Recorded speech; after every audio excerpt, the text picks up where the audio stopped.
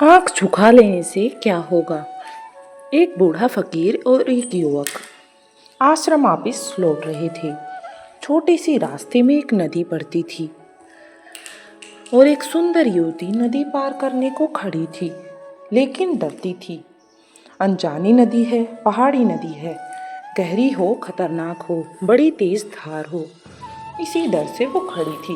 बूढ़ा सन्यासी तो नीचे आंख करके जल्दी से नदी में प्रवेश कर जाता है, क्योंकि वह समझता है कि यह पार होना चाहती है और हाथ का सहारा मांगती है, लेकिन वह डर जाता है। हाथ का सहारा इस बात में पड़ना ठीक नहीं, लेकिन युवक सन्यासी उसके पीछे ही चला आ रहा था। वह युवती से पूछता है कि क्या कारण है।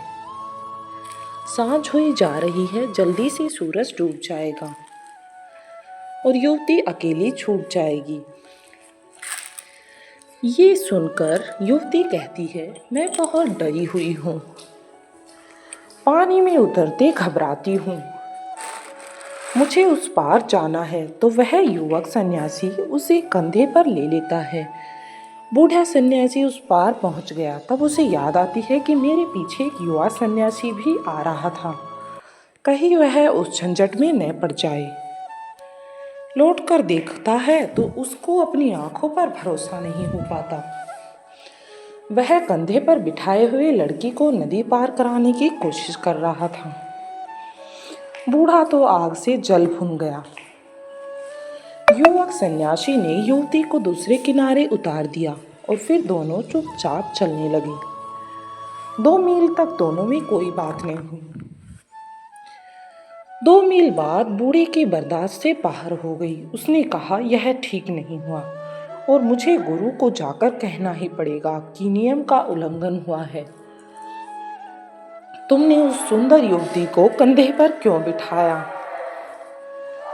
तब उस युवक ने जो कहा वह हमेशा याद रखना।